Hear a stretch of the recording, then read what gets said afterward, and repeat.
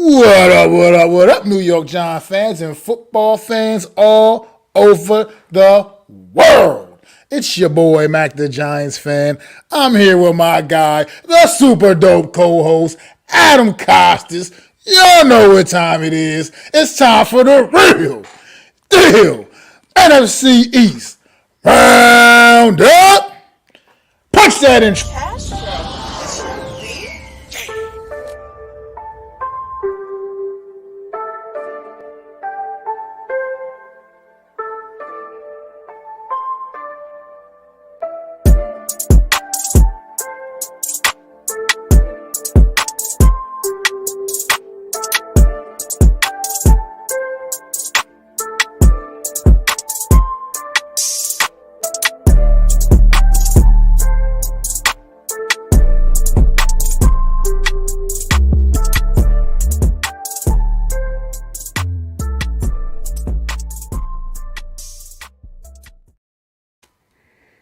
What is going on, AK, in the chat? Thanks for stopping through, bro. Appreciate it as always. Make sure y'all sub up to AK Philly Eagles Uncensored, man. Doing great content over there, representing them birds. You know what I mean? It's the enemy, but AK is my guy, man. Go up there and make sure y'all sub up to AK, man. For sure, man. But what's going on with you, Adam, man? How you doing today, brother? I'm great because football is back this week officially. We got a game on Thursday, so people buckle up, get your chin straps ready, get your last minute weekend plans going because if you're like me, you're not doing anything on Sundays. Okay, so tell your wives, your girlfriends, your partners, whomever, look, we got 4 weeks, and then it's on. What's going on, Philly B, man? That's my guy, Philly B. Stop it in the chat. Appreciate you, bro. And no doubt, AK, no doubt, man. But yeah, this the NFCs. It's still training camp in full swing. Pretty much every team that got the pads on now, and we're gonna start right there. We're gonna start with Washington, man. We're gonna go to Washington, the nation's capital, man, and talk about these cats a little bit, man. And see what's going on down in Commander Camp, man. A lot of new beginnings for these guys, man. They've had quite the off season, the new ownership trying to clean some things up. Got a new offensive coordinator over there, Eric Bieniemy, coming in, work with their young quarterback, man. Is having ups and downs in camp so far, but that's as to be expected, man. Sam Howell. But he is finding a little connection with Terry McLaurin from things I've been reading about and hearing, and I've seen a few clips, and he's definitely gonna be looking in that man's direction, which is good for my fantasy team. So, how you feel about the potential of Sam Howell down there in Washington, Adam? Let's talk about him for a minute. Sam Howell. Now, if many of you don't know who he is, he played for the UNC Tar Heels as quarterback, but what am I getting at? Well, the first when 2020 came out and the draft of quarterbacks was drafted, Tua and Herbert and those guys, uh, Sam Howell was the consensus number one overall pick the next year, right? So all of a sudden, his guys get drafted. He comes in. They change up his style a little bit. He doesn't throw for 3,800 yards. I think he throws for like 3,000 and runs for like 900. Okay, and so he dips down a little bit, and then he goes to the fifth round because the Baker Mayfield comparisons, his whole offensive team left. Can he raise up a team? And so I don't think you just lose it. When you were the consensus number one overall pick the year before, you really have to fall off a cliff. And I think what happened was many things. One, his offensive coordinator changed at North Carolina.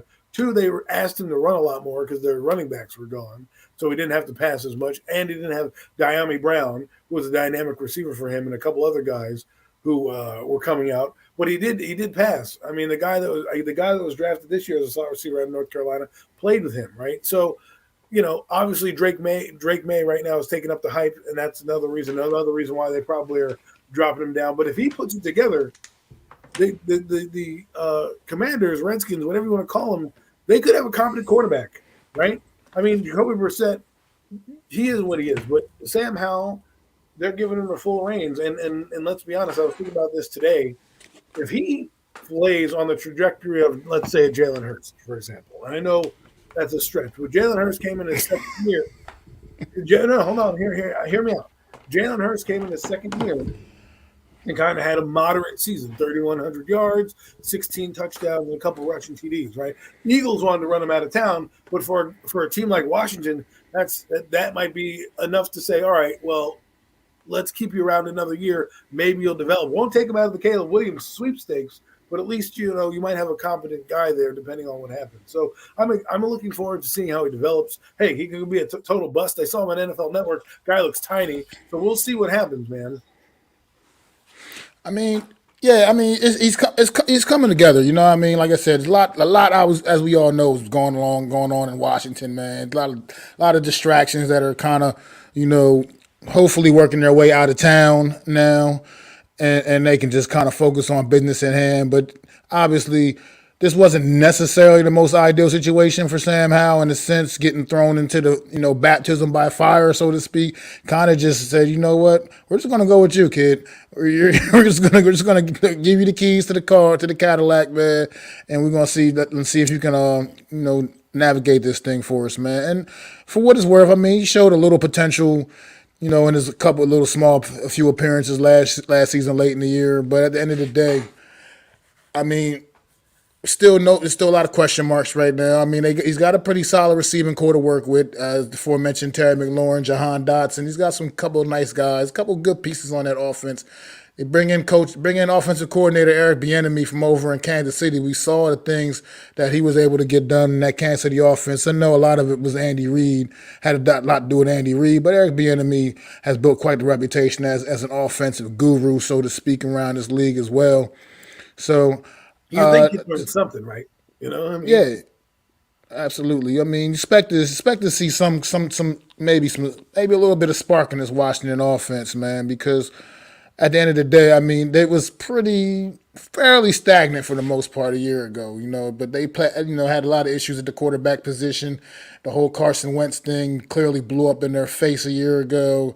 That didn't work out, and now it's just like I said, new beginnings. They finally got get rid of the stink of Daniel Snyder as owner of this team. So it's like, this is going to be a little bit, but I think that this team has some talent, and they competed last year, even with all the everything going wrong. They were competing tooth and nail. I mean, they almost got a playoff spot a year ago. Almost represented the NFC in the playoffs as well, which would have been had all four teams from this division in the postseason. I mean, they only came about pretty much a game short of that.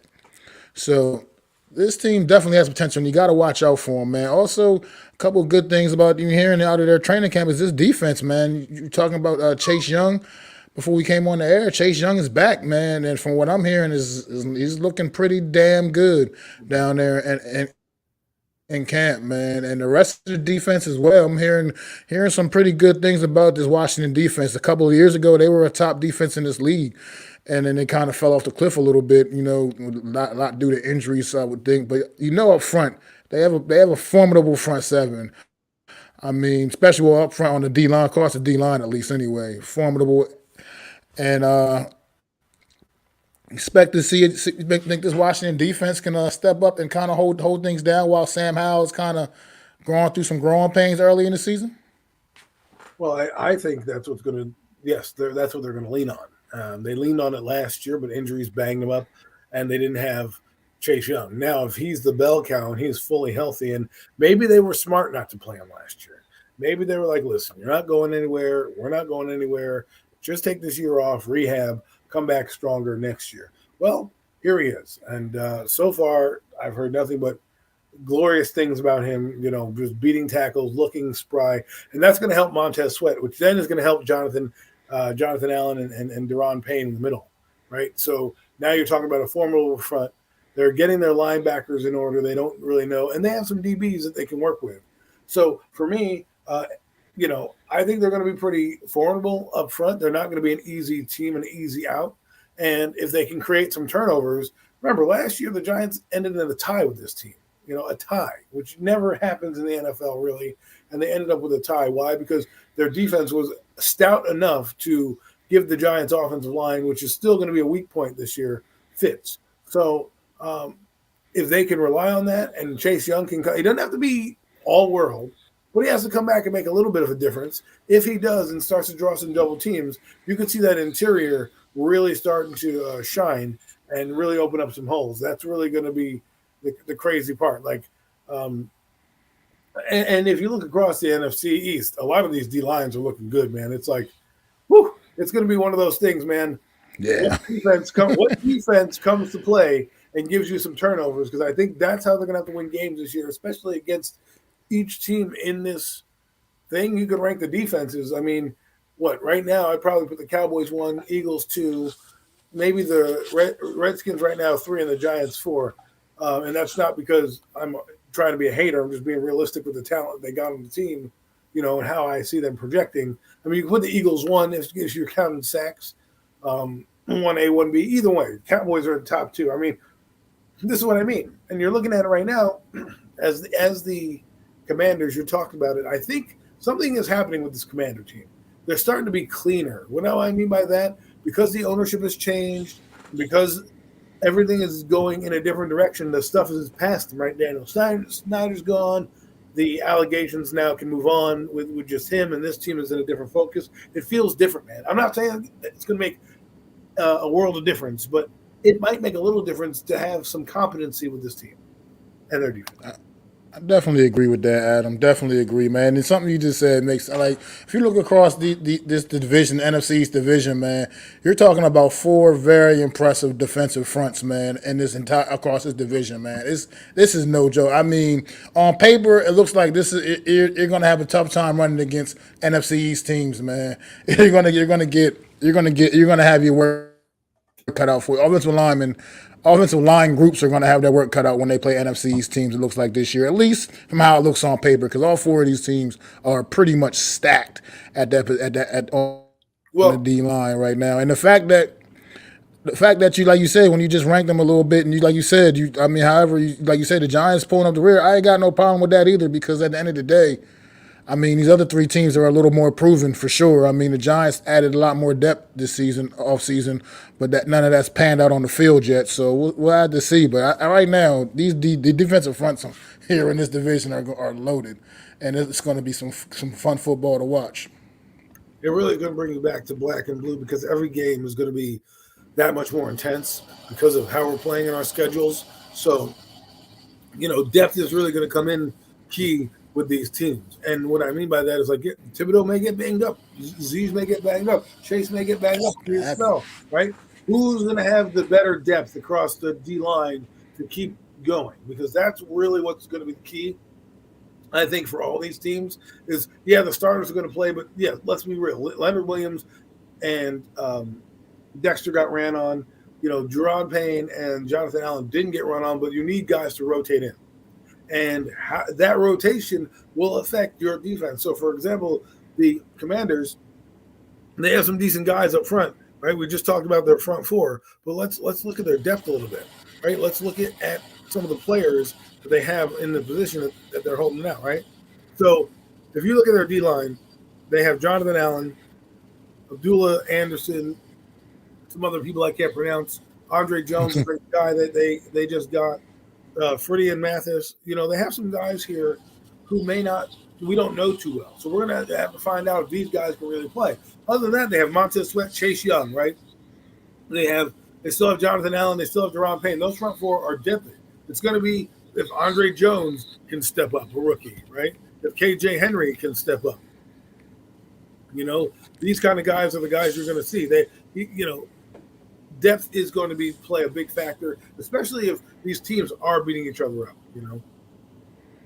I mean, I would be as expected. I want to welcome Garrett Hudson to the chat, man. This is going to be a tough season with the schedule, but can't wait for it to start.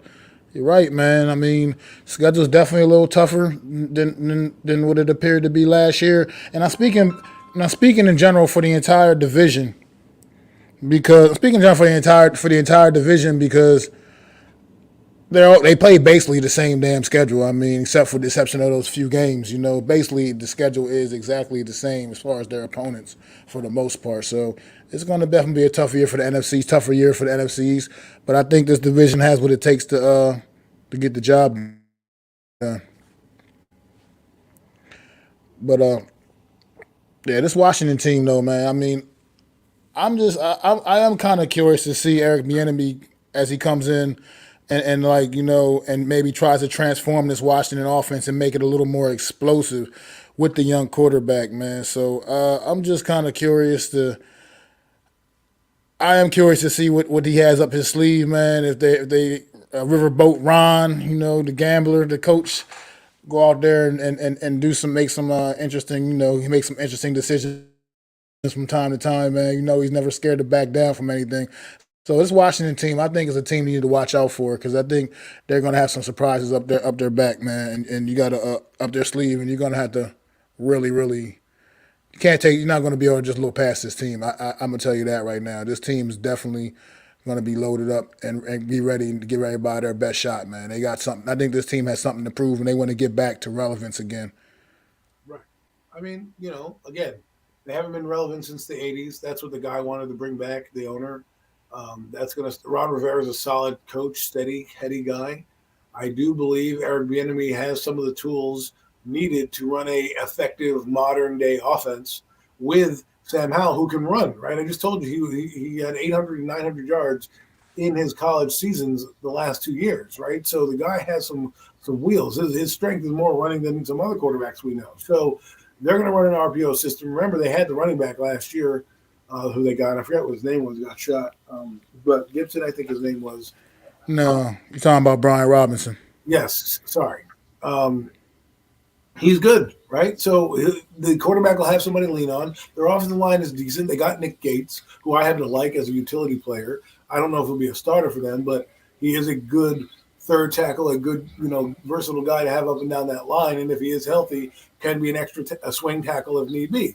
So they're going to add more beef there. They're going to make it simple for this kid. And this kid's got playmakers all over the field who, Terry McLaurin, Scary Terry, Jahan Dotson, you just said, Curtis Samuel, not to mention their tight end is pretty solid, Logan Thomas, right? So there's going to be, like you said, you can't sleep on it. And with that defense, that's why you can't sleep on it. Because if the defense gives the offense more touches with turnovers, 3 and outs, and things like that, the offense is one of those guys, given enough at bats, is going to hit a home run, right? So there is a chance for Scary Terry to break one and go 60.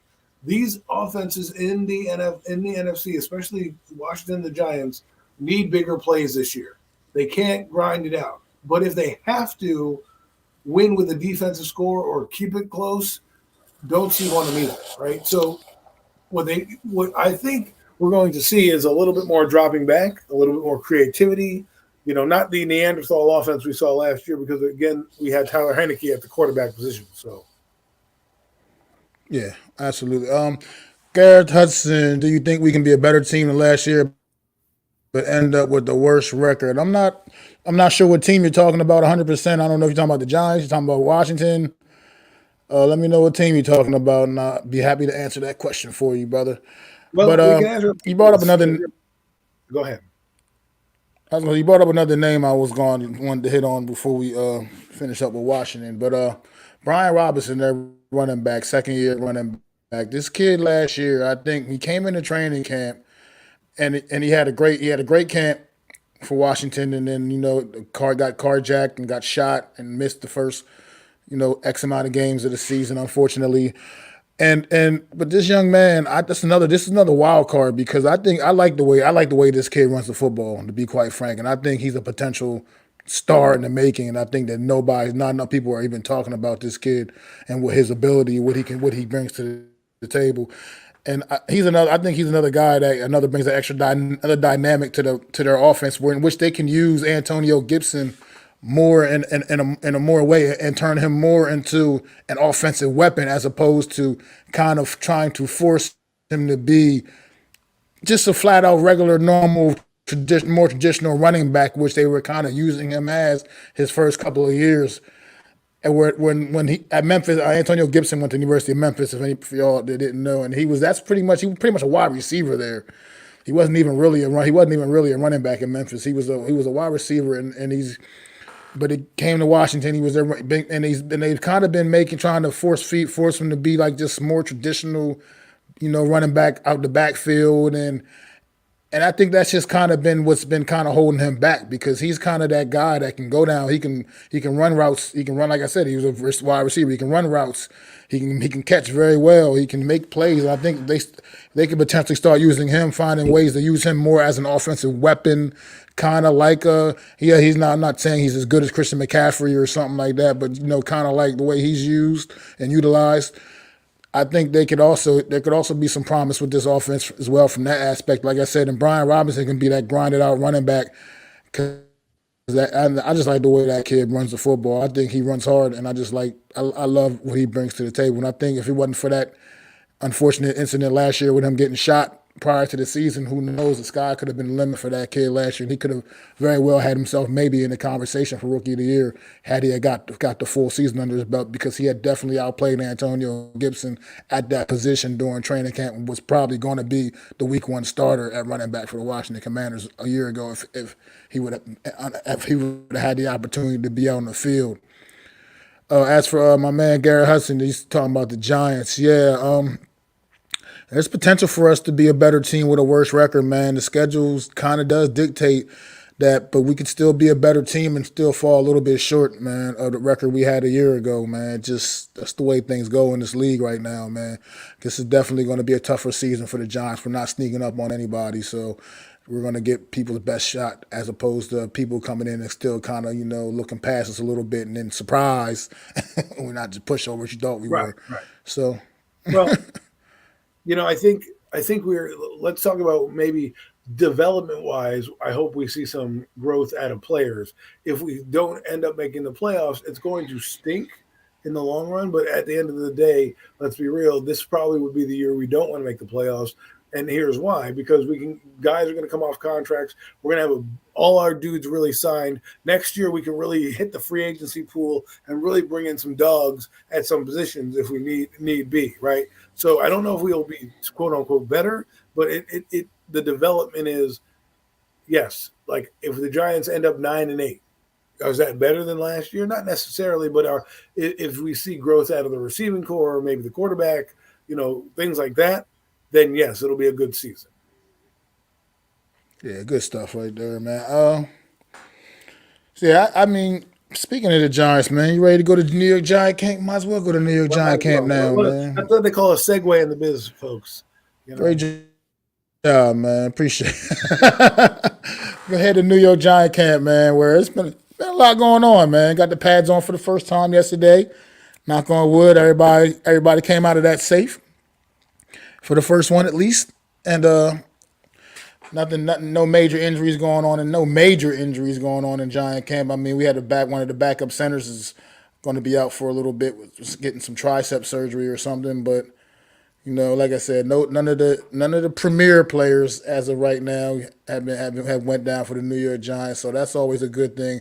And you're not hearing too much, and sometimes they say during training camp is no news is the best news, man. Training camp, man, so during this time of the year, so you're not hearing too much other than very positive things, man. The offense is looking a little sharper than it did this time a year ago, which is obviously to be expected.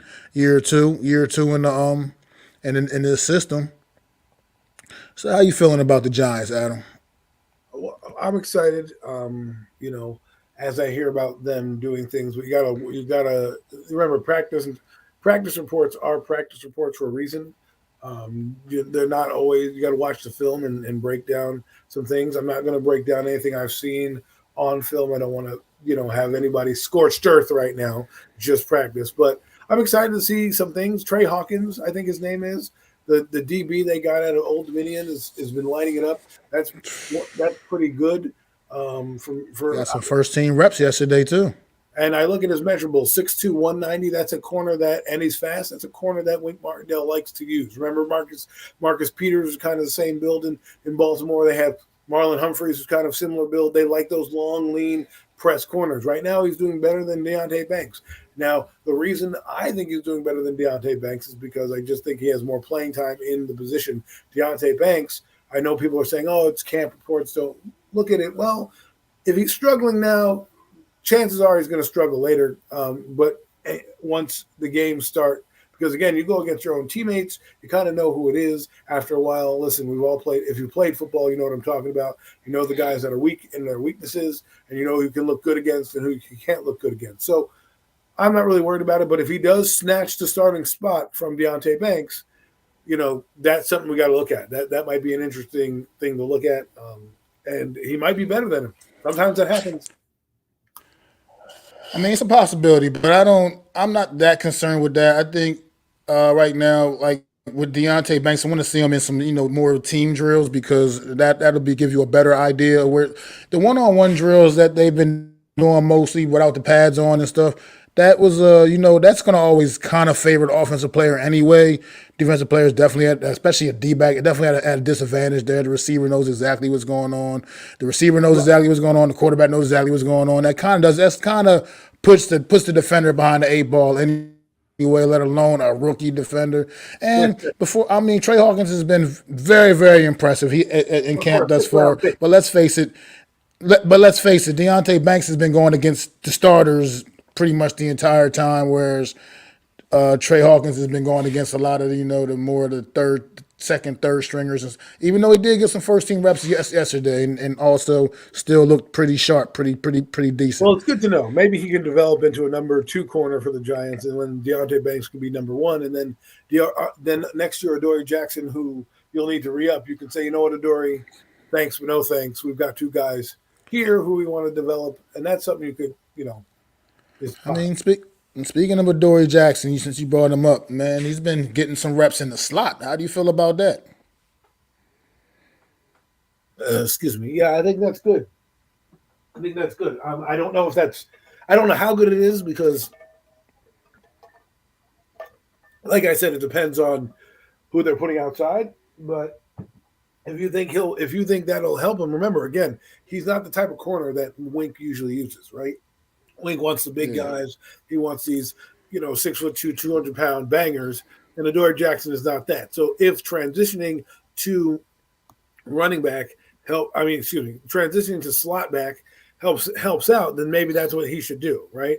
I like it. It's better than him being a punt returner, right? That was a fiasco. Absolutely. So wherever again. Get the best 11 out there. I don't care if he plays safety. If you think he's the best safety out there, then play him at that position. Yeah, I think some of it has to do too is some of these offensive coordinators, they get a little slick, man. They'll put their top guys in the slot too, just to to try to create the matchup, the mismatches, So it's like I think that's also a part of working him in the slot a little bit, just because he's our top corner in a sense, just to make sure if we gotta move you in there because they're playing, for instance, we'll just hypothetically say CeeDee Lamb is moving in the slot. We want you on CeeDee Lamb. You can still move into the slot and you can still be on, still take care of CeeDee Lamb. I think that has a little bit to do with that too as well. I think you go around this league, these offensive coordinators get more and more creative with what they do and finding ways to get their guys open. So I think it's just making sure, plus also just the way this team seems to coach their players up. Just they want to make sure guys can do multiple things. You don't want guys to just be like all they can do is this. This is all they bring to the table. So I think it's a good way to just make sure everybody, you got to know a little bit of everything, because that way whenever your number's called and wherever we need you, we can fit you in, man. And so I'm good with Adoree Jackson getting those reps. I'm good. I'm good I think too. it's actually. You brought up a good point, because a team like the Saints we play, right? They like to put Michael Thomas in the slot, right? So that guy's a huge guy. So a guy like Adoree Jackson, you may want to slide in there because he's more of a veteran savvy player than maybe a Cordell Flott, who may not, understand the nuances and body positioning that may be needed there, right? Or like you said, Devontae Smith, they kick out with the Cowboys, or CeeDee Lamb. So I think it's good. I'm not Coach said something the other day that opened my eyes, where he's like, versatility is great for the player, but sometimes I would like to keep you at a spot, right? I don't care if you play on the right side or left side corner, because sometimes that's going to flip play. But sometimes when you give a young guy too much, it's too bad. But when you get a guy like Adoree who's established, it makes more sense to kind of keep him around, because you never know. Maybe they found their slot corner in Adoree Jackson, and it's Trey Hawkins and Deonte Banks on the outside, right? Who knows? best Yeah, I mean, for the best 11 out there. that's what it all comes down to. The best 11 is who's going to be out there, man. At the end of the day, man. And speaking of that, we were talking about the D line earlier when we were talking about Washington, man. On this New York Giants, they addressed the depth on this defensive line big time this offseason. And one guy that I'm starting to get more and more excited about. I mean, he was on they interviewed him after practice yesterday or before practice, whenever it was yesterday. It was on the website on their site. But my guy Nacho, man, defensive tackle they brought in from Tampa Bay. Now this guy, he's got championship experience. He won a Super Bowl down there in Tampa Bay with the Bucks, man. He's a good run stuffer, and he just brings a good energy. There's something about this guy is infectious with me, man. When I hear him speak, just his energy, just his positive vibes. I mean, this guy was just in a bad car accident just less than a week ago, and to still come into the building with that same energy, man, and he's back on the field, thank God. Didn't have any serious injuries there from that. But how do you feel about the addition of a guy like him adding depth to that defensive line, being able to help a guy that can come in and help allow Dexter Lawrence and Leonard Williams to get a little bit of a blow this season? I think it's good. We need depth. He reminds me of Jihad Ward signing, and the fact that he's not necessarily uber productive, but he is a good run stuffer. And you need those guys. And of course, Dexter Lawrence. Who doesn't want a fresh Dexter Lawrence in the fourth quarter, right? Exactly. I think with Nachos, with Rochas, what he allows you to do is he allows you to do that, and he's a violent player. Like, if you go watch his tape, he's pretty. He does have some ability to sack you. I mean, he only has 3 sacks in his career, so it's not like he has a lot.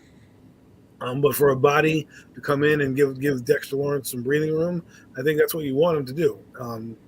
I think this year, he's not going to give you much. I mean, Tampa Bay, let's be honest. Look, Tampa Bay, he played good in the playoffs, but like he doesn't have many tackles. He really is a backup player, and that's what you need. Sometimes you need some quality backups in your lineup, right? Who can come in and not hurt you in the game, right? So last year what would happen is Dexter Lawrence would come out and Leonard Williams would come out, and the guys behind him were Justin Jelly Ellis. That guy did nothing. He got ran over like a speed bump in the road. So now you have a guy who actually plays. I'm a little disappointed that Ashawn Robinson isn't around yet. But I like Rochas, and he's going to be here for a while, and let's see if he can add a little juice. Like you said, infectious energy is good energy. That's what Jihad Ward brings. Jihad Ward is not the best player out there. He brings a little physicality, but it's mostly his personality. What I'm seeing with this Giants is everybody loves him. Yeah, everybody loves Jihad. They're bringing in guys who are not necessarily the greatest players, and this is good when you're building a team and building culture. They're getting culture guys in. Sterling Shepard, a high-class, high-character guy who keep bringing these guys in, and it helps the morale of the team. Now, will it win games? Not necessarily, but when the going gets tough, I guess, and these guys are the tough that get going and kind of can rally the troops and say, hey, guys, it's not that bad. Keep going. Let's have some fun. Do something a little bit. You need some of those guys right now. I mean, I think we already know we're pretty much sold on what Dexter Lawrence brings to the table. Obviously, I think this helps out Leonard Williams in a sense, though. Like, you got, because Leonard Williams he's always been a pretty solid pass rusher from the interior to defensive line. So I feel like this is also, we can start to maybe save him more on the pass rush and use him more on the pass rush downs and have him out there like in situations, 3rd and long situations, and he's not necessarily gassed, and he can got him and like Kayvon and Aziz, and they can get after it, man. Pin their ears back and get after it on those pretty much what is a passing down for the offense, and kind of had these guys out there like the Nachos and all of them, trying to help out there, stopping the run, taking care of the run, and stuffing that up. I mean, I just think hopefully in a perfect world it can work out the way I'm envisioning it. But we got to get on the field and see, man. And you brought up the receivers a little bit. We can you want to talk about the receivers, because that is a large room of athletes right now. A lot of slot guys, but there's a lot of competition, a lot of good competition in there, man. And how do you see this all unfolding? There's a lot of receivers, and we got a couple of decent guys, man. It's going to be some tough cuts come the end of preseason. And how many receivers do you even think the Giants carry with all the competition they have in camp right now? I think they carry about six with a seventh guy on the practice squad. A guy who can play special teams and knows the system. Wandell was going to make the team. Jalen Hyatt's going to make the team. Darius Slayton's going to make the team, and probably Isaiah Hodgins. So that's four guys plus Paris Campbell, right? So Yeah, that would leave like Jameson Crowder and a guy like Cole Beasley or a guy like that to be your number six guy. And it's going to come down to specials, and if they play specials, right? So I don't know. I don't know if Sterling Shepard makes the team, but it's good to not a have. guarantee. It's probably the first year of his career. It's not a guarantee. Well, the guy I'd like to see make the team is Colin Johnson. I'd like to see if we can make if he can make the ball club. That'll allow him to be a little bit. Maybe they give him a little bit of reps in the red zone. They'll have some type of height. Right now, they have a lot of Smurfy guys out there. No offense to anybody out there that's Smurfy, but like Khalil Pimpleton's 5'9", Wando Robinson's 5'9", Sterling Shepard is about 5'9", David Sills is probably not going to be on the team. Darius Slayton's about 6'2", Jeff Smith is about 6'2", Crowder small, Paris Campbell small. The only other guys that are tall are Bryce Ford Wheaton and Isaiah Hodgins, right? I mean, even Jalen Hyatt is not a huge guy. I mean, I like Jalen Hyatt's catch radius. That's one thing I loved about him coming out. But to me, these six guys are the ones that are going to make it. I mean, the ones I just said, plus like a roster bonus. So if you don't play, I think it's going to come down to special teams and who stands out. Like if Colin Johnson can come in and play gunner and then also, be the sixth guy, like I said, Jalen Hyatt, Isaiah Hodgins, Paris Campbell, Wandell Robinson, those four guys, and Darius Slayton, those five guys are going to make the team. So I don't think you have more than six on the team and maybe a guy on the practice squad that you can stash on there in case one of these guys goes down. Well, I think Wandell, he'll probably start the season on PUP. He's still quite a little bit of ways away. But if he's from on being PUP, able he to, can't come back for like 10 weeks. I'm not sure exactly. Yeah, is it that long? Yeah, if you I don't think if you come off PUP now in training camp, it doesn't count towards the season. But if you are on the 53-man roster and you get cut and be put on the PUP list, you can't come back to like week 10. So essentially, his season will be over. I'm not sure because right now, from what I'm hearing, he's still kind of a ways away. He's not. They were like really pleased with Sterling Shepard's rehab, but Sterling Shepard also got injured way earlier in the season than Wandell Robinson did. So, real quick, shout out to my man Lou in the chat. G Nation Inside Sports, man. Whatever y'all doing, make sure y'all go to G Nation Inside Sports and hit that subscribe button, man. You're doing big things for New York Giant Nation. Also, if you into boxing and all, if into the boxing, he brings that leather to the face. Stream. He does leather to the face and all the other covers, all the big boxing fight matches and everything, man. So make sure y'all go sub up to my guy Lou from G Nation Inside Sports, most definitely. But yeah, and I don't know. It's a lot. I just feel like you kind of nailed it with the pretty much probably the 5 guaranteed receiver spots on this squad, and I don't know if they 6. And the fact that you have all those other guys fighting over potentially only maybe one more spot. That's going to be interesting. It's going to make for some intriguing battles in training camp, man. And preseason games are going to be absolutely crucial for these guys, man. Don't get stuck with the third string quarterback, that's for sure. Because if you want to rise to the top, because a lot of guys won't be playing. Slayton probably get a couple reps. Hodgins a couple reps. Hyatt's they're probably going to push him a lot. You're probably going to get Paris Campbell with some reps, not too much because if you want to make him a weapon. So a lot of these young guys, you're going to be playing with Tyrod Taylor and Tom DeVito. So try to make some plays while you're out there. There's only 3 games, not like 4 like a couple years ago. So yeah, I agree, man. Let's move on to another positional group that's of big interest down here in training camp, man. The offensive line. Evan Neal, man, has a lot to step up and prove this season coming in year 2, man. Railroad. And now that they got the pads on, it's time to get a good look at Evan Neal and see what kind of work he's been putting in this off season, man. Obviously, the coaches get up there, they're going to say all yeah, he's been looking good, but we got to see him. You can't get a good gauge on these guys before they had the pads on. So it's time to most definitely do that, man, and see what Evan Neal is if he's going to turn into the guy that we drafted him to be, man. What's going on, Tudo, Alex? How you guys doing? I think it's going to be an interesting battle. I think the weakest part of our team is the interior, but if Evan Neal, who, again, Kayvon Thibodeau beating him, you want that to happen with Kayvon Thibodeau, but you also want to see a better rep out of Evan Neal. If today happens against DeMarcus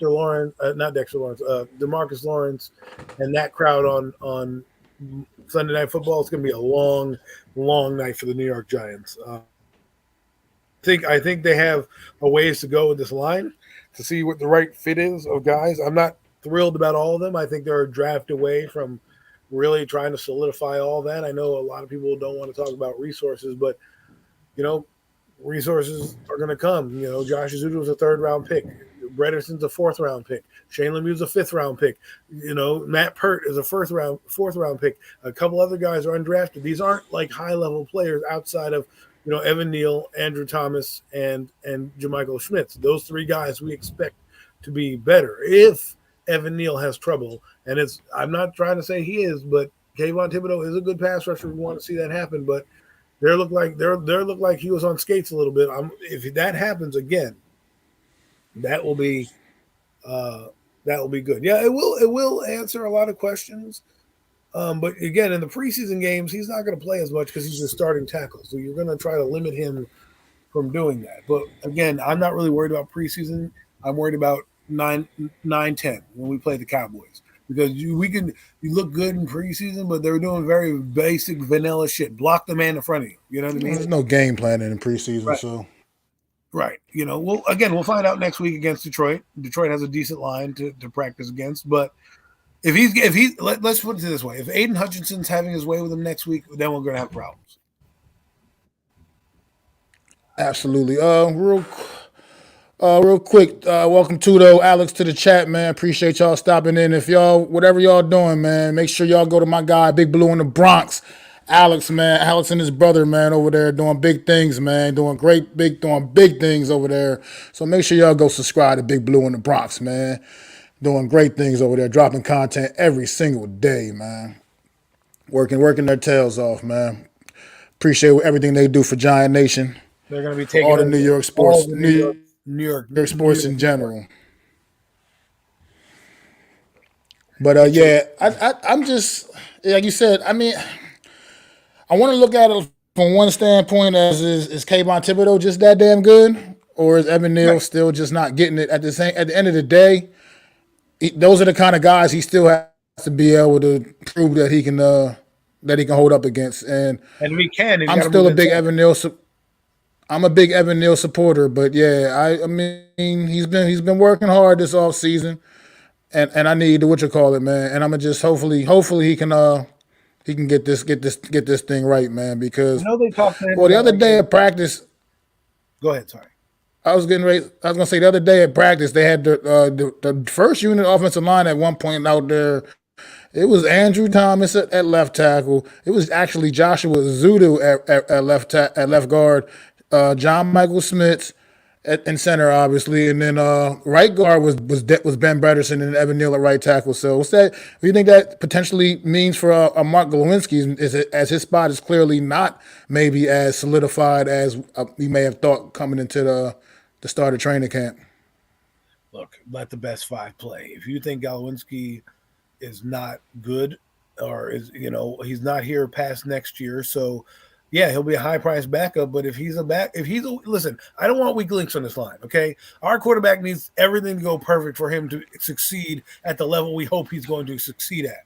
Because I don't want to hear any more excuses about, well, we didn't have this guy in the line. No, put the best 5 out there. And that last year, let's be real, whether it's because Evan Neal was a rookie, I would expect more. I mean, Kevin Zeitler did have a little bit of issues with rookie on his side as well, but Kevin Zeitler still kind of performed at a higher level. Glowinski got paid money to be your number one guard, right? You like we brought him in to be the number one guard. He did have some flaws in the Indianapolis line, but last year he was inconsistent. I know people said he got consistent towards the end. I guess so, but he just needs to play better.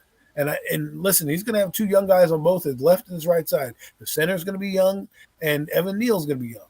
So he's got to be the guy that we can rely on that kind of navigates through this. If he is not, well, maybe you trade him, maybe you keep him as a backup, maybe you move him to the left side. Okay, like if you think, okay, fine, Marcus McKeithen is doing better, right? And you're like, and you're like, well, Josh Zulu is not doing well and Bredeson's not doing well, or we need Bredesen to move to center, right? Move Glowinski, put whatever 5 combinations on the line that you think is going to be the most effective to get the upright position of our quarterback, right? Last year, the Giants line was one of the worst, but, like we said, he has no excuse to make plays. I don't want to hear, well, our offensive line was banged up. Nope, sorry. You got paid to be a superstar. Got to play like one, but at least put the 5 guys in front of him that you think are going to be good. I think because he got paid, he'll have the first crack at it to lose the job. But this coaching staff has the gravitas to kind of make some changes when necessary. So we'll see.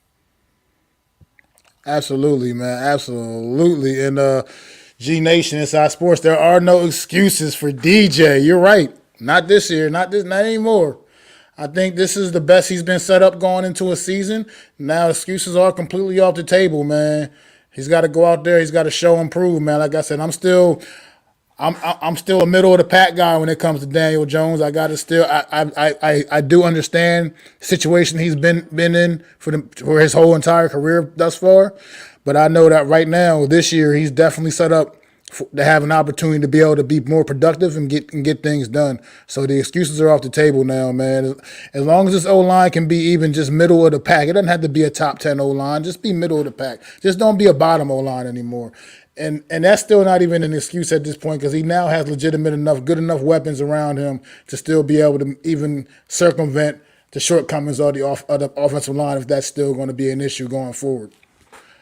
I know you have some strong feelings about this. No comment on this subject. I plead the fifth on this subject here. I think people know enough about it. Look, I don't hate Daniel. Okay, I think that's the misconstrued opinion of me. I think the kid's all right. He's gritty, but to me, I like greatness, and I don't see him getting to that greatness level. But if he has everything perfect, he can do some things. Now the problem is he's not. This line is not going to be 100%. So he's going to have to elevate somehow, some way. Last year he had 44 sacks. That's on the line, but that's also on him, right? And this year we're going to be going deeper this year, whether people want to like it or not. He can't always be a check down Charlie.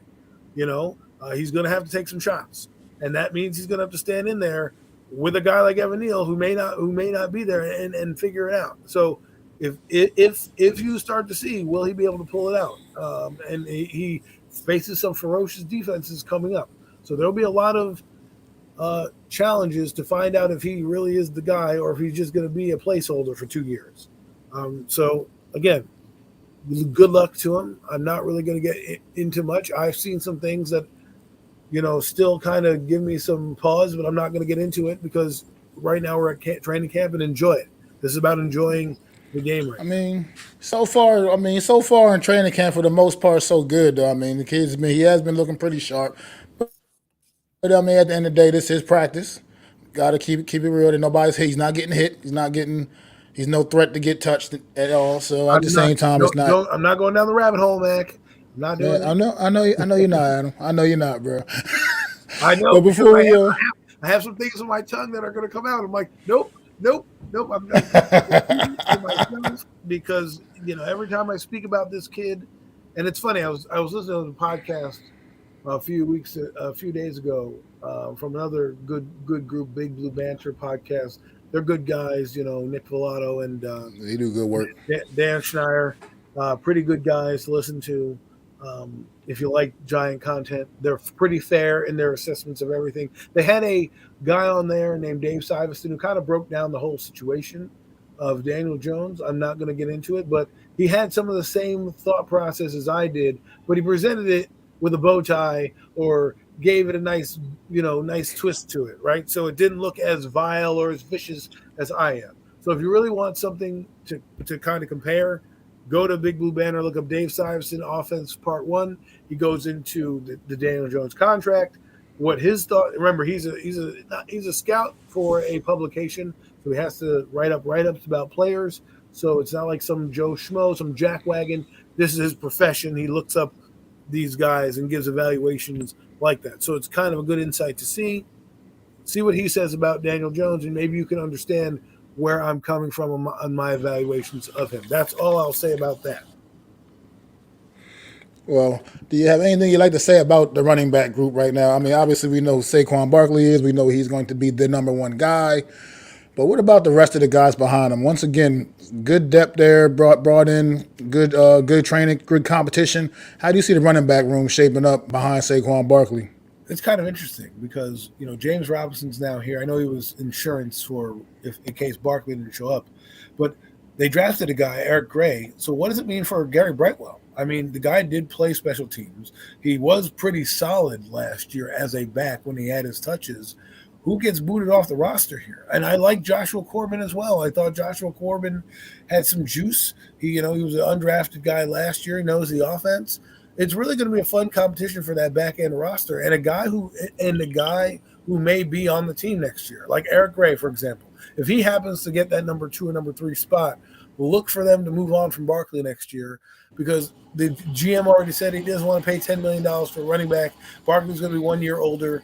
He's not going to want to dip his toe into the water anymore like that. And if Eric Gray can come in and be functional and maybe kick off Gary Brightwell, who knows? I mean, this is where I think you'll start to see favoritism play a role here in guys that were brought in by this regime getting a chance. Brightwell, yes, he plays special teams, but they used Burrito over him. He didn't get much touches. Joshua Corbin's, they said, is having a good camp. Eric Gray was just drafted this year, and that Burrito was brought back again. So, and they just brought in Robinson. So this crowded backfield doesn't have much room. You've got to play special teams, and it will be interesting to see who gets the short end of the stick here. Yeah, I mean, I agree. I think it's safe to say. Well, obviously, we know Barkley's spot is very much secure, but I would like this. Barring something disastrous going down in training camp preseason, I would think Eric Gray's spot is pretty secure as well. I mean, seeing how he's a draft pick from this year, and the kid has, I mean, the kid seems to have like a really high ceiling. So I think his spot, safe to say, is pretty secure. So then that leaves, I mean, I figure they may keep 4 running backs, but they're pretty much only going to probably dress 3 on game day. And I mean, Breida, James Robinson, like you said, Corbin, it's up in the air. It's going to be some fun. Like I said, I haven't been this excited for a preseason in some time. It's going to be a lot of good competition to look at, man. I mean, obviously we know who the core guys are for the most part, pretty much all around across the whole team. I mean, in all the position groups, but it's going to be some good competition in the preseason, man. Some fun football to watch, man. I'm going to put this out there. Darnay What's Holmes that? is going to be traded this year before the season starts. There's a lot of teams that need a nickel corner. They have Cordell Flott. They're moving in Adoree Jackson. They have Trey Hawkins that they're moving in all over the place. So a guy that has the odd man out looks to me like Darnay Holmes. And if I'm Joe Shane, I'm shopping that guy. I mean, right about now, I mean, the kid seems to have struggles anyway. I mean, he gets a lot of boneheaded penalties. He's kind of a wild card. You're right. I mean, he's not necessarily a Joe Shane guy, obviously. So you're right. I mean, if somebody's willing to give up a little bit of draft capital for a Darnay Holmes, man, I wouldn't be shocked by that at all, man. To move on. I mean, the Giants were going to move on from this kid. I mean, he's shown some flashes of some good things, man, but just not enough. Definitely not consistent enough Can I for ask my a question liking, about one anyway. guy before we move on to the Cowboys and Eagles? One guy I want to mention about Absolutely.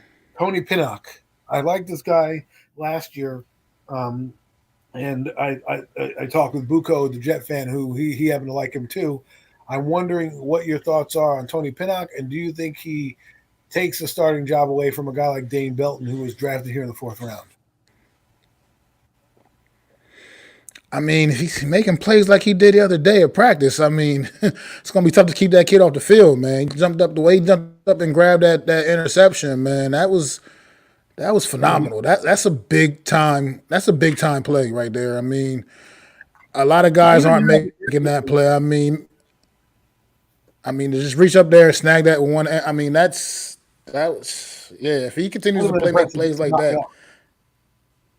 yeah, he's gonna definitely be a welcome addition to this lineup. And Dane Belton, for what it's worth, I mean, it's okay. I mean, his kids still they're both. I mean, both talking about two young players here, but Belton, he showed some good flashes last year as well, man. So, like I said, this goes back to what I was just saying. The competition, the preseason games, it just shows how much more important these preseason games are going to be. And like Alex said up in the comments earlier, man, the joint practices next week are going to be telling. I'm gonna have my eyes on that really, really close because that's going to be very, very telling next week with those joint practices with a team that's getting a little bit of respect this year. Also, coming into this season, Detroit Lions, And man, they it's beat not. us when they were terrible. Abs- Absolutely.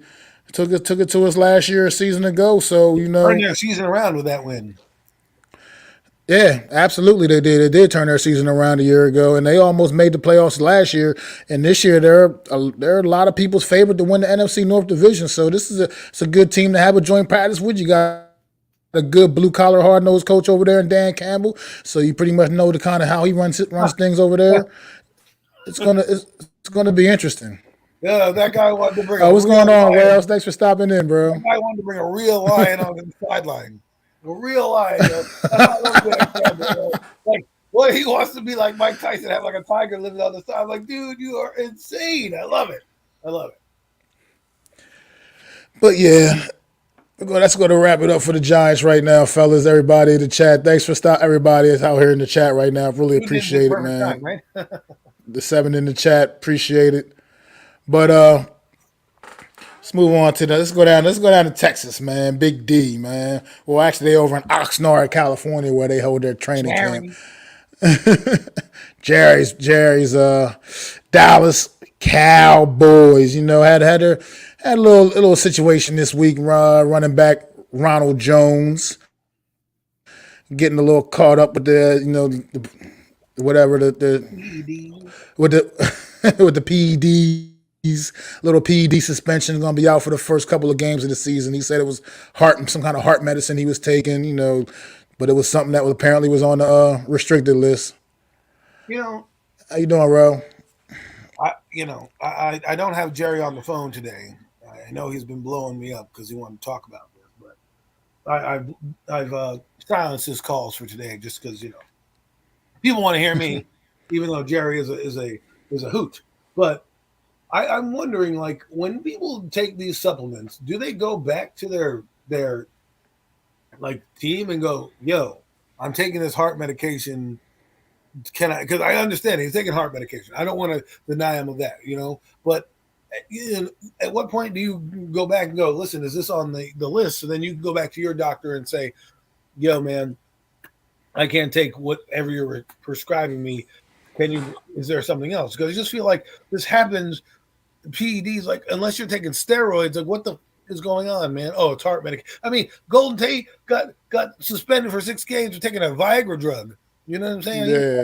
Yeah, some Have fertility was trying to help yeah, him and his wife were trying to have a baby. He's taking some too kind of much Mountain fertility. Dew in his youth, and he needed to take some fertility drugs, right? So, but he gets suspended. Why? I don't know. Like, okay, it's like I don't know. It's just weird to me. I think it's good for them in a way because we'll really find out how good Tony Pollard is. No people that I'm bringing Ezekiel Elliott back. They already asked Mike McCarthy that. I mean, I would not say never. It depends on who goes down. Let's say their rookie running back goes down. Heck, Tony Pollard goes down. Then maybe they'll entertain it. But we'll see. We'll see how big of an impact it is in week 1 and 2. If it's not a big impact, then they won't worry about Well, it's okay since you went to Tony Pollard. Speaking of Tony, because I mean, young man had a tremendous year. last year, man. And then, do you think this kid is ready to like really shoulder that load and be the lead back for the Dallas Cowboys? I mean, that's a lot of pressure that comes with that role. Obviously, the Dallas Cowboys cameras are always on the Cowboys. America's team, whatever, however you want to look at it. But you think Tony Pollard is really truly ready to carry that load for this team? Well, it depends on how they use him. I think they're going to be more of a pass heavy team this year, which means they're going to run the football, but in different ways. Like Ezekiel was a pounder, so you wanted to give him the rock all the time. Tony Pollard's a weapon outside. He's what the Christian. He's the new age running back, the Christian McCaffreys, the Travis Etienne's, that type of back where you don't want to run him as much, but you also want to get him out in space because Tony Pollard has big plays. That guy touches the rock, he gets in space, he's gone, right? So for me, I think he's going He's to a be the home lead run hitter dog. for sure. I think, yeah, exactly. I think he's going to be on the team because he tilts the field, and with guys like Brandon Cooks now on the team and Jalen Tolbert on the team, I think it's going to allow him to, to have some open running lanes. Now, again, if Zach Martin is not there, I don't know how that's going to affect him, but if their offensive line is intact, this guy is going to be, if he stays healthy. Remember, he's been banged up most of his career. If he stays healthy, he's going to be a top back. They paid him like a top back. I think he's going to, be with the bell cow. All right, Tudo, Big Boss Mac. That's totally untrue and a BS excuse, boss. Here in rugby, we have to report every medication or supplements to the team medical office, trainers and coaches. There's no such thing. I mean, I don't know exactly how those things work. I just feel like some of these suspensions for the PED suspensions are just, they're not even for like I said, they're not even for like steroids. They're just for Well, if they are for random steroids, then hey, things. listen, he got popped for human growth hormones. Okay, so he fucking tried to cheat. Okay, but if the guy has a heart condition, you're going to suspend him for that. I think there should be some type of. I mean, even if your doctor says to take it and your medical people say to take it, and whoever, right?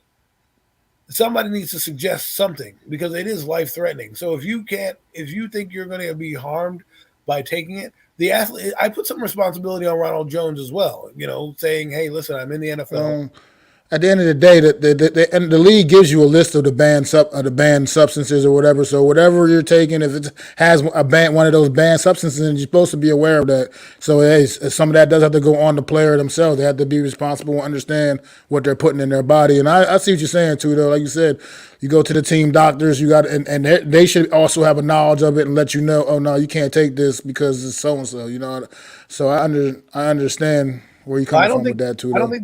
think the player needs to know what's in the list because that's a long list. His job is to play, right? So what I would do if I was Ronald Jones, if my doctor says, "Hey man, you have a heart," now my question becomes, how long he's had this heart medication?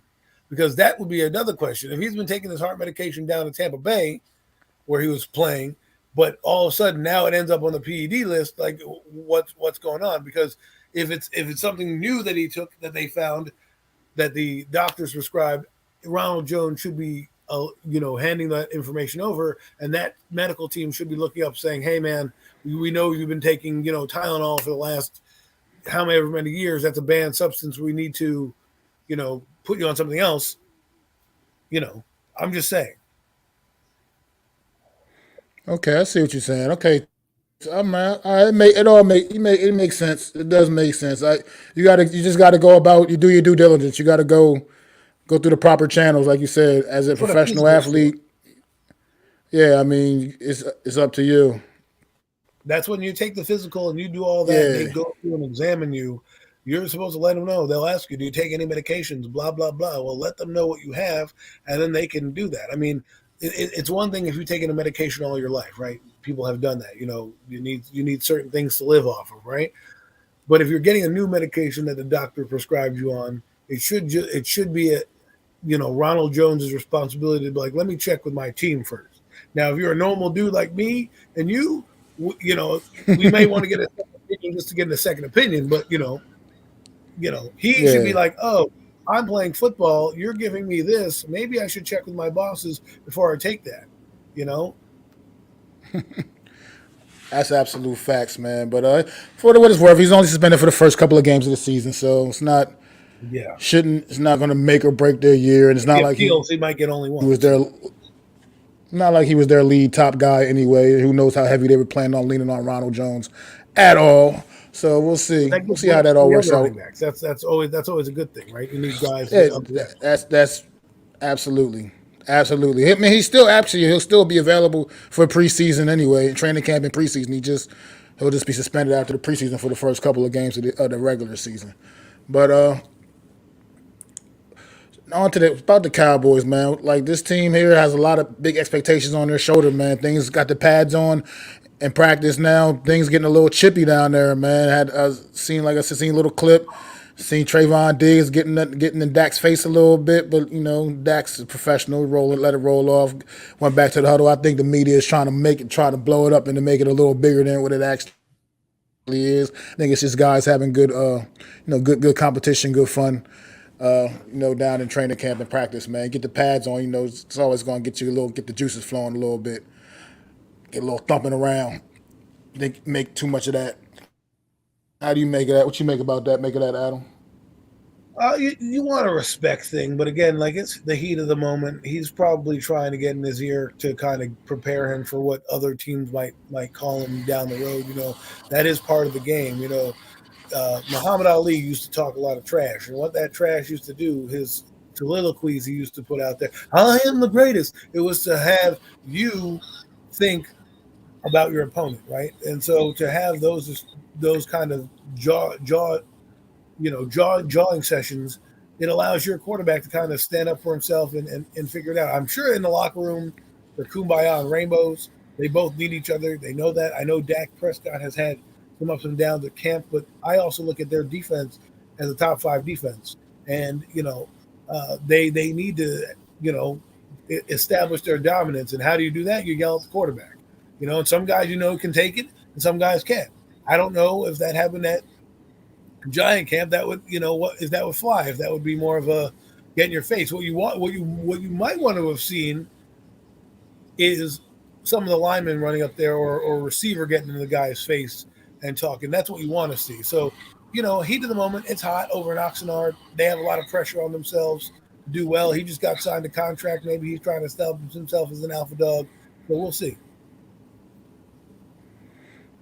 Yeah, absolutely, man. This Dow. I mean, I think a lot of the experts, for the most part, have this team being the closest in this division to the Philadelphia Eagles, and you think they need to do to really get over that hump, man, and maybe kick that door in and surpass the Philadelphia Eagles, man. Don't turn the ball over. I mean, last year they had a propensity to make the wrong play at the wrong time, and that cost them. It cost them the 49er game. They're driving downfield, have a chance to take the game. Well, remember, that game was pretty close, and Dak throws an interception, and the 49ers go down the field to score, and the game is basically over at that point. So it's going to be about if they can somehow manage to not shoot themselves in the foot. They were a Jekyll and Hyde team for a lot of their games.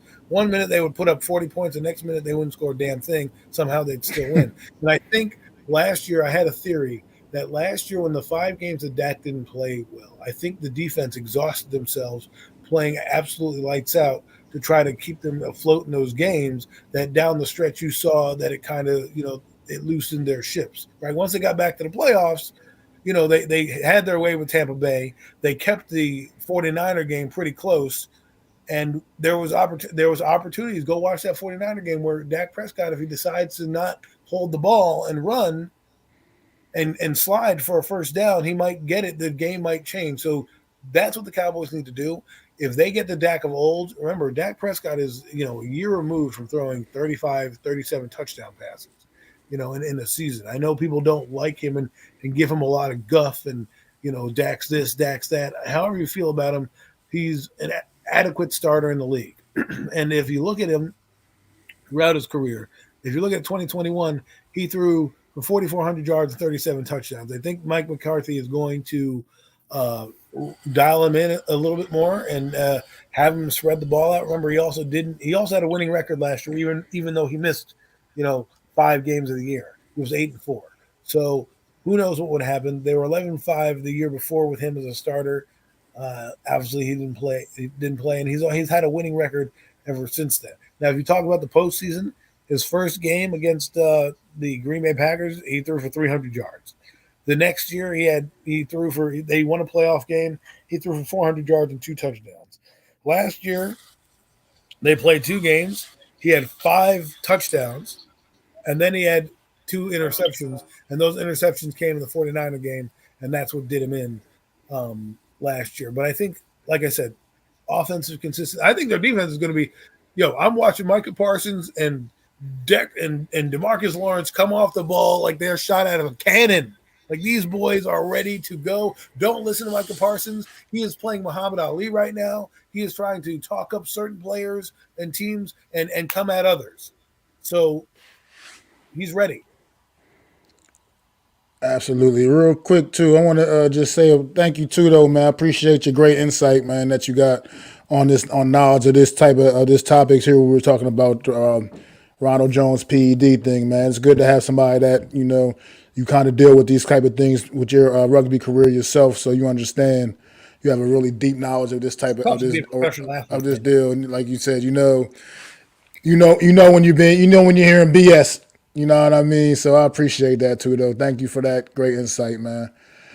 And as far as Mike McCarthy, man, you bring out Mike McCarthy talk. Expect any big changes with this offense? What kind of impact do you think he's going to have since he's taking over the play calling duties? Do you think it's going to affect him with his just overall head coaching ability? Because some coaches, they don't really handle the play calling as well as being the head coach too well. Sometimes, some guys need to step back and have somebody else put that responsibility on someone else. But Mike McCarthy wasn't happy with the offense a year ago, and he's taking the play calling responsibilities back himself. So you think that's going to have any effect on his ability to just coach this whole entire team, or is the defense just that damn good? I mean, Mike Quinn or Dan Quinn or whatever. Dan Quinn is a great defensive coordinator. Pretty much, I guess you can put that trust in him to know that he's going to have that defense ready to go, and he can kind of focus more on that offense. Mike McCarthy can focus more on the offense. The kind of impact that he's going to have. I think it's going to have a good impact. I think if you look at it like this, right? You talk about guy calling plays. He won the Super Bowl doing that, with Aaron Rodgers in Green Bay. Like this is not his first rodeo of play calling, and he's done a lot to help out um, quarterbacks in general. I think when he first came in, and he was calling the plays with Brett Favre at the helm, he did have an impact. The thing that you worry about with Mike McCarthy is he can call offense. The problem is that situationally, certain times in the game, he has boneheaded decisions. And that's where I would be a little leery of him as a head coach and play caller. I think he's going to make Dak Prescott the quarterback you think he needs to be, because he's dealt with guys like that in Aaron Rodgers his entire career, where the offense was geared to a guy who can run and move around. And Dak Prescott likes to buy time. He's not a runner. He's a buy timer. He'll try to move his feet and find a hole. Hopefully, I mean, I heard a rumor last year they wanted to make Dak Prescott more of a runner. So maybe he'll be able to get into Dak's ear because he's calling the plays and help him out. Sean McVay did that with Jared Goff and helped him do that. Maybe this will help out Dak Prescott. I think it's going to be a welcomed addition, and I think the Cowboys offense is going to be still potent. I think they want to be very balanced. That's why I think you're going to see, if you look at those Green Bay teams, they did a little bit of running back by committee.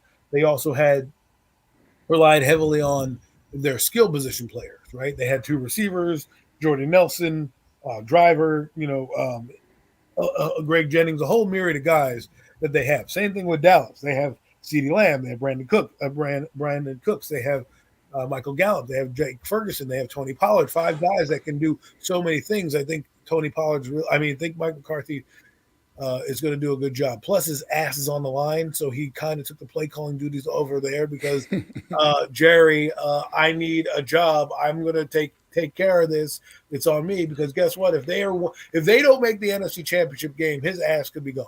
There's nobody out there. There's no Sean Payton now. Remember, he's in Denver. There's no getting him. Yeah. No up and comer. The Dallas Cowboys are big fish. So unless John Harbaugh is coming off of Michigan's sideline, if McCarthy gets to the playoffs again, and they win, they lose by a fluke, right? Brock Purdy or Hurst goes down the field, they kick a field goal of 70 yards or something like that and lose the game. That's the only way I think McCarthy keeps his job. I mean, I agree. I do agree. I think the expectations for this team that puts them in that position, just making the playoffs, is not good enough for the Dallas They're a Super Cowboys Bowl. or Mike McCarthy. They have expectations of potentially going to the Super Bowl. I don't see that happening myself personally, Let's let's but let's be real. I mean, that's the that should be the expectation of every team. But let's be real. That's their expectation level. They think that they are good enough to, with Dan Quinn, adding Stephon Gilmore, adding a healthy Micah Parsons, Sam Williams that's coming back, Vander Esch. This is a top 5 defense. They believe if they can get their offense right, they'll be in the thick to be in the NFC Championship game and further. That's what they're thinking, right? And the NFC East is going to be one of those years where I don't know if all 3 teams are going to make it, and it's going to probably come down to the 2 healthiest teams at the end. I could agree with that as well. I can see that playing out just like that. Well, with the Dallas Cowboys, with that being said, this time last year, I was really critical of a guy on the Dallas Cowboys, a receiver that I felt had something to prove. One, Mr. C.D. Lamb. I said, he has to prove to me he's a legitimate number one guy. Well, he went out there and did that last year. He proved to me that he was number one guy. I got to, tip my hat to C.D. Lamb. Hats off. I had to eat some crow on that. He proved to me that he is definitely that top guy. Can you see this young man taking yet another step forward in this offense and helping revive this, also helping revive this offense? I think yes, because Brandon Cooks is there. I don't think people understand the impact of what a guy like him does. He may not get 1,000 yards, but let's be honest, C.D. Lamb was a beast last year. Okay, he was an absolute stud for that team. They gave him number 88 for a reason. The dude balled out. He had Michael Gallup coming back from a knee injury, so Michael Gallup will also help out. And like when Brandon Cooks, he's going to be what you hope Darren Waller is or Paris Campbell is for the Giants, right? A guy that can come in, blow the top off the defense, and then underneath there's C.D. Lamb wide open in a space that was vacated by the man that Brandon Cooks took down. So I think it's going to be good. I think you're going to see him featured like Devontae Adams was featured in Green Bay. Think of it like that.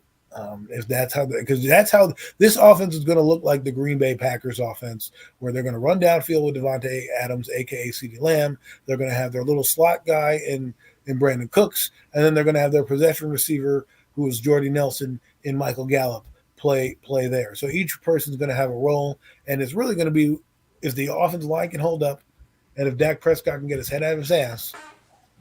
This guy's going to be another Pro Bowler, another top 100. Do I think he surpasses the numbers he had last year? Tough to say. He had like 1,300 yards receiving last year. So could he get more than that? Absolutely. But I think he's going to fall right where he needs to fall, and that's 1,300 yards and probably 10 touchdowns and dancing in the end zone as he did last year. Let's see. What did he have last year? He had 17 games, 1,300 yards, 9 touchdowns. I mean, that's pretty good. He has 2 back-to-back 1,000-yard seasons, had 900 yards his rookie year, and 5 touchdowns. I think you're going to see a few more touchdowns this year. I think he'll crack double digits in touchdowns, but I think he'll stay roughly around 1,300, 1,400 yards. That's good stuff, man. I agree. I think the addition of Brandon Cooks I think that was one of those free agent acquisitions that's not getting talked about nearly enough. Brandon Cooks, even though he's moved around so much in his career for a guy with his talent, which is it's mind blowing how much he's moved around being as talented as he is. He's a factor over there, man. He's definitely a factor. He's definitely explosive, and he opens that offense up even more than it already is. I mean, we know the potential of the Dallas Cowboy offense. I mean, the one right now, big issue they're dealing with right now is their all-pro guard Zach Martin is a little disgruntled right now about his money. He wants to get paid a little bit. Wants to get a little bit more in the bank account. And Jerry's being a little stubborn right now with that. But we'll see how that still pans out. Zach Martin is a big piece on that offensive line. They definitely are a much better unit with him out there. So we'll see. I mean, that could also be something to keep your eye on throughout the rest of training camp going into the preseason as the preseason games are about to start up next week. But we got one more team to talk about here, man. Climb all the way to the top of the mountain, at least for right now in the NFC East. This is the team sitting at the top of the mountain. This is who everybody is looking up to, trying to catch. The Philadelphia Eagles. Oh, God, I hate this damn team. But I respect them as well because they put together a great team, hell of a foundation, arguably the best offensive line in football. Hell, arguably you can make a case to have one of the best defensive line in football as well. You could definitely make an argument for it, at least anyway.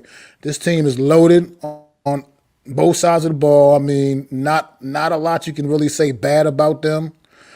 You can just kind of hope that they figure out a way that they just some kind of slip up a little bit, and everybody else can catch up because this team right now is looking like they got their foot on the gas, and their expectation obviously is Super Bowl or bust. That's it for this team. There's not no just getting to the playoffs, no just getting to a conference championship. This is Super Bowl or bust. This team is a legit Super Bowl or bust. That's it. That's what's acceptable for this football team. Nothing else makes it a successful season other than them holding up the Lombardi Trophy. Essentially, their quarterback got paid this offseason. They still got all kinds of talent out there, the receiver talent out there. They've added some key additions at running back. They lost Miles Sanders, but they got DeAndre Swift. I mean, it's this team. It's like the rich got richer. They went out and had a phenomenal draft again. This football team they seem to know what it takes to stay successful, man. The only really thing I can see tripping this team up, honestly, is their potential, the effect of losing both of their coordinators. So maybe that can have some trickle down effect, but at the end of the day, I think it's going to be business as usual, man, for this Philadelphia Eagle team. I think you're right. I think this Philadelphia team is built correctly. Howie Roseman has put together a well-oiled machine. And the thing is that he's not afraid to trade players. Remember, people are like, oh, Miles Sanders, he's gone. What are they doing? Well, they got DeAndre Swift, okay? They brought in a guy who's got potential to be a pretty good back in the league, who, hasn't panned out with Detroit, but was one of Detroit's bell cows over there. They also got Rashad Penny, okay, another decent back out of from Seattle, who ran for 1,000 yards in his career. You might know his brother named Elijah Penny. He played for the Giants.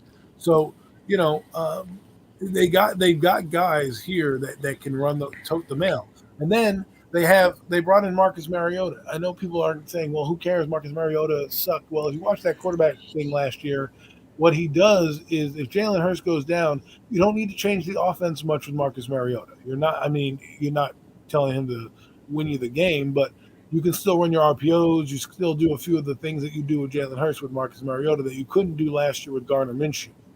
So then you have A.J. Brown, and they still have three receivers that are going good. They have A.J. Brown. They have Devontae Adams. Okay. They have not Devontae Smith. They have Quez Watkins, who's coming alive, right? So they seem to draft pretty well, and then that's not talking about their tight ends.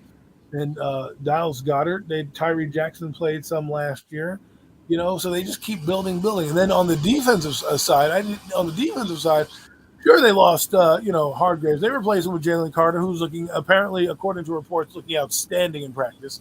Just what I want to hear, right? They have just what you want to hear. They have the other kid who plays on the defensive line, right? Nolan Smith looking absolutely outstanding. Again, not what I want to hear.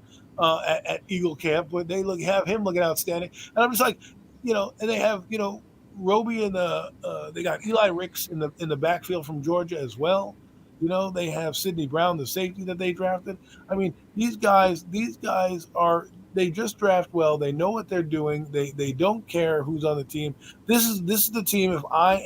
They have Keely Ringo, the kid from Georgia. Okay, they got him in the 4th round. This is a guy who's a stud.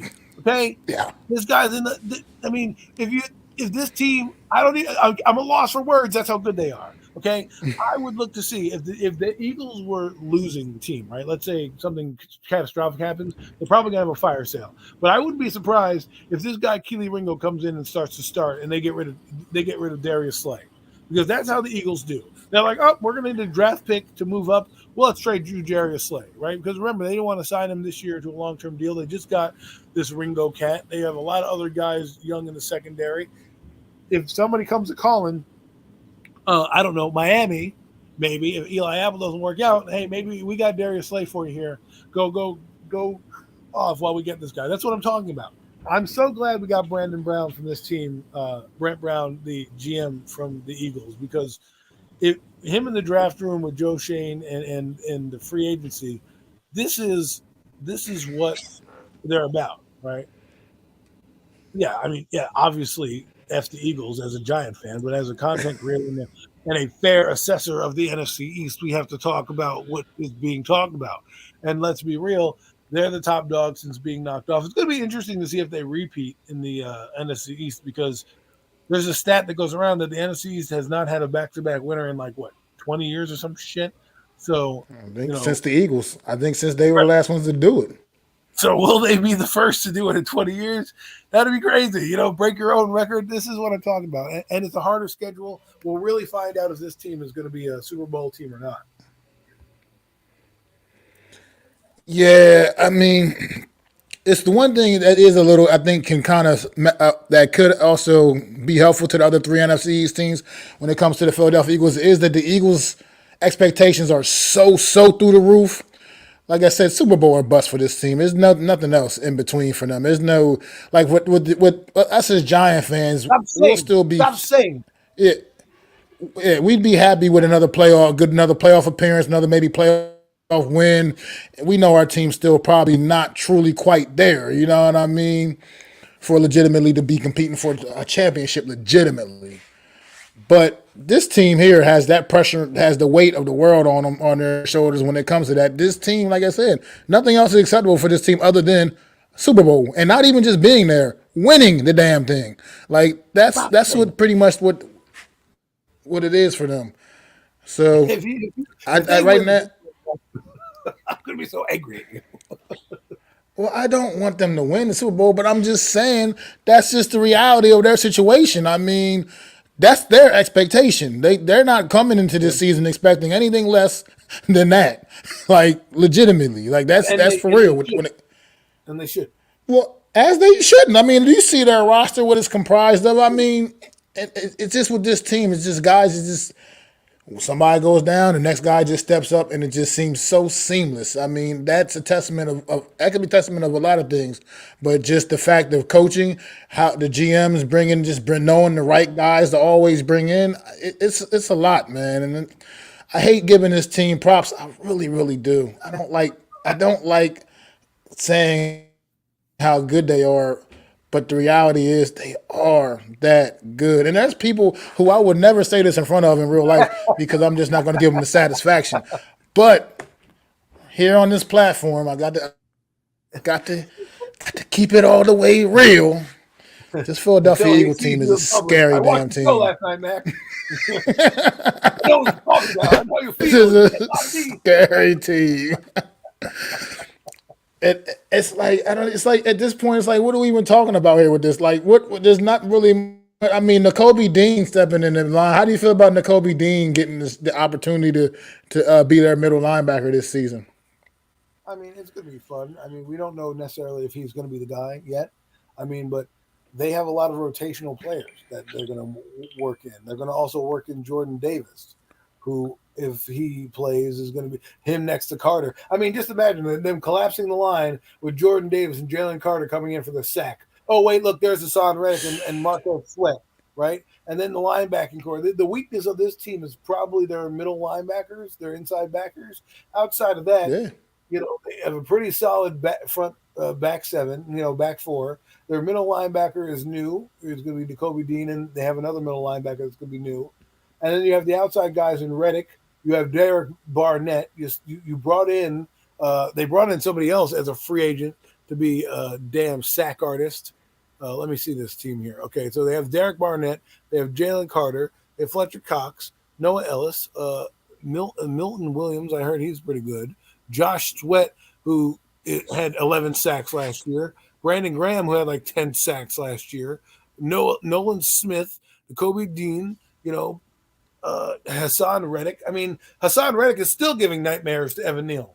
Okay, Evan Neal does not like the number 7 in green in forest green. That guy is 250 pounds versus a 350-pound man. Make the guy look like he's going through a New York turnstile. Okay, like my God, it just.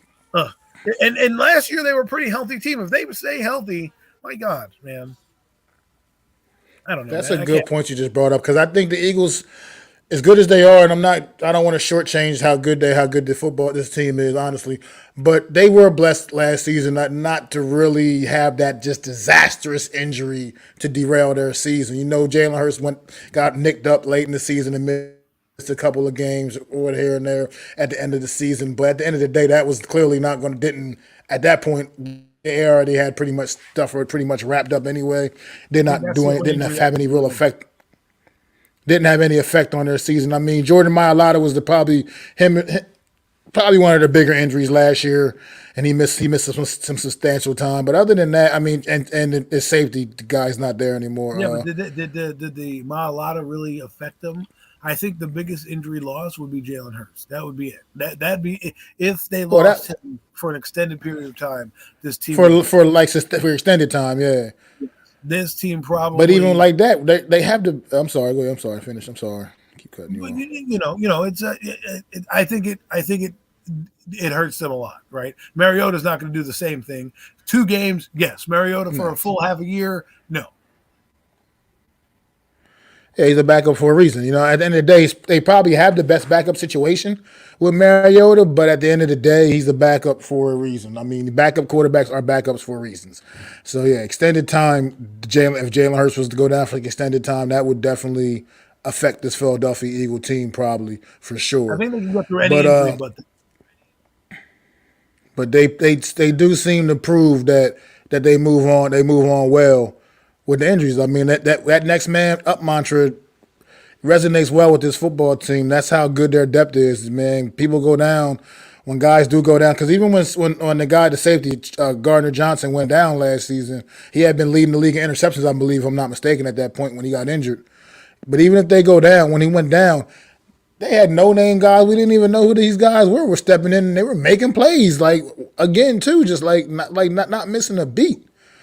And like I said, Mailata was out for extended time during season. He was probably one of him. Those two are probably the only 2 main guys that were out for extended periods of time. Was Mailata and Gardner Johnson for and just guys just step in. They have just like I said, it's a testament. I don't know who Howie Roseman knows. I think he's got some goons on the staff or something. Because some of the trades he pulls off, man, are like insane. Like, how did they get DeAndre Swift for like basically nothing?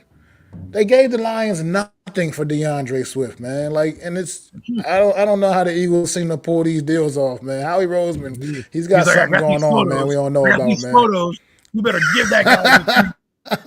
I will expose you. Listen. There's Lou, I hope you're right, bro. Right?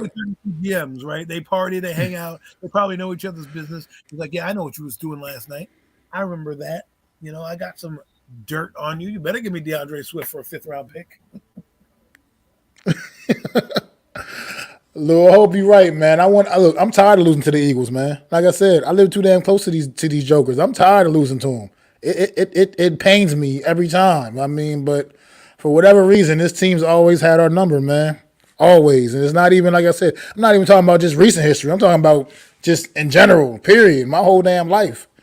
The Eagles, man. Something about this damn team. I can't stand. That's why people always talk about that Cowboy hate. I hate the Cowboys too, but damn, I really hate the Eagles because I just had to deal with so much more in my face. See, the thing is, you can deal with Cowboy fans because eventually they're going to choke on their own dick at some point. You know what I mean? But with the Eagle fans, they're like that relative that doesn't go away. They're just always annoying you.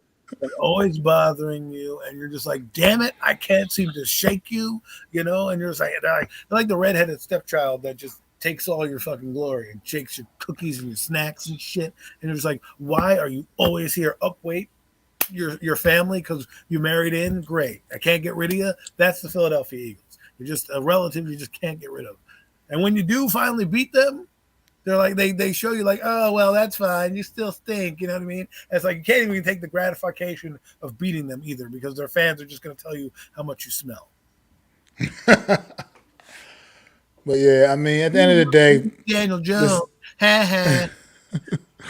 This Eagle team is the team everybody's looking up to in the division right now, and this is the team that everybody's trying to catch, man. And hopefully the New York Giants can catch them. That's who I want, but hopefully just somebody in general can knock them off that pedestal, man. We'll see. It's going to be an interesting and fun season, man, of football, man. It's going to be some good stuff, especially in this NFC East division, man. By far going to be one of the most competitive divisions of football this year. I love how everybody else doesn't open up with a divisional game except for the Giants. Like everybody else gets, Washington doesn't play a division game. The Eagles play New England opening game. We play the Cowboys. It was like, the NFL was like, they did that roulette again. And they're like, you know what? We missed this Cowboy-Giant rivalry. They're somewhat good, decent team because we're not good on prime time regardless of who's been a coach, okay? So I don't really want that to happen. And here we are, opening night. We have to wait all day for football. It's like, I'm getting old these days, man. Waiting all day for Sunday night. Well, we did finally get one last year, and hopefully that can start trending us in the right direction. So. Get the team that is shit. Hey, that team almost made the playoffs because they almost made the postseason. So hopefully things will turn around, but I think we're gonna get ready to wrap this episode up, man. It's been fun, man. Sitting here talking to NFC's football, man. Next week we got some preseason games we can talk about a little bit. Start previewing, looking forward to the preseason. It's gonna be in full swing starting next week, man. We'll be covering some of the matchups with these NFC East teams. Thank everybody, man. Everybody has been in the chat, man. It's been fun. You guys kept an active chat. Appreciate it. Lou from G Nation. Make sure y'all go sub up to my guy Lou and from G Nation Sports, man. Tudo, always a pleasure. We had old Alex stop by from Big Blue in the Bronx. Ronif, thank you for stopping in. Much appreciated. Wales, everybody. Wales, Philly B, AK, Awesomeness Sports, Garrett Hudson, guys, man. It's been great, man. I really appreciate you guys, man. This is me, Mac the Giants fan. This is my guy, the super dope co-host, Adam Costas. We'll be back at y'all next week, man. Another edition of the Real Deal NFC East Round Up Pace. I'd like to thank you all for listening. If you was feeling this, please take time to subscribe and smack them likes. Feel free to drop a comment. Let me know what you think. Don't forget to ring that bell so you know when I'm dropping new content. It's your boy, Mac the Giants Fan. You can find me on Twitter, YouTube, and Facebook at Mac the Giants Fan. That's MacDa Giants Fan.